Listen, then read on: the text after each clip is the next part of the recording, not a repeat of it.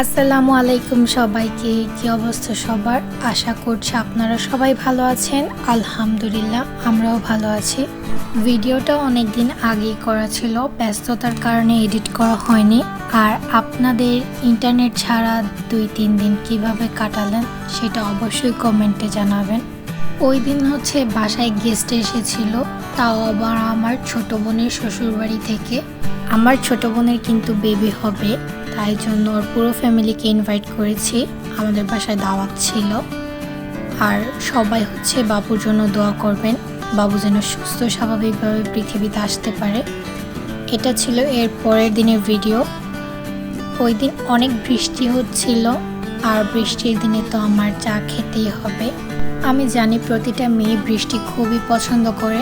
বৃষ্টির সময় সবাই মনে হয় বাইরের দিকে তাকিয়ে থাকে, বৃষ্টি থেকে যেন চোখই পড়ে না, এরকম একটা অবস্থা।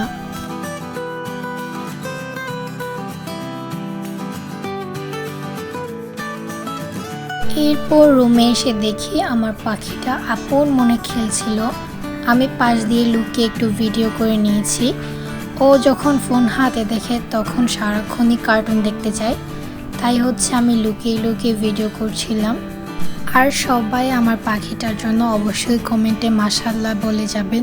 আর যারা আমার চ্যানেলে নতুন তারা অবশ্যই আমার চ্যানেলটিকে সাবস্ক্রাইব করে নোটিফিকেশন বেলটি অন করে দিবেন, যাতে করে আমি নতুন ভিডিও আপলোড করলে সেটার নোটিফিকেশন চলে যায় আর আপনি সবার প্রথম আমার ভিডিওটি দেখতে পারবেন।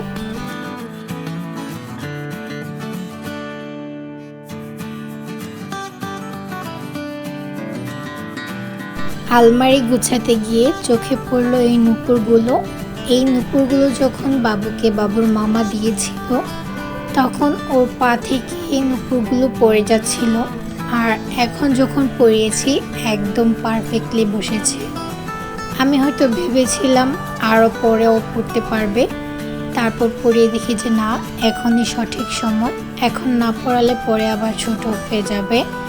এই চুড়ি আর এই নুপুরগুলো বাবুকে বাবুর মামা দিয়েছিল। আজকের ভিডিও ছিল এই পর্যন্তই। সবাই ভালো থাকবেন, সুস্থ থাকবেন এবং আমাদের জন্য দোয়া করবেন। আল্লাহ হাফেজ।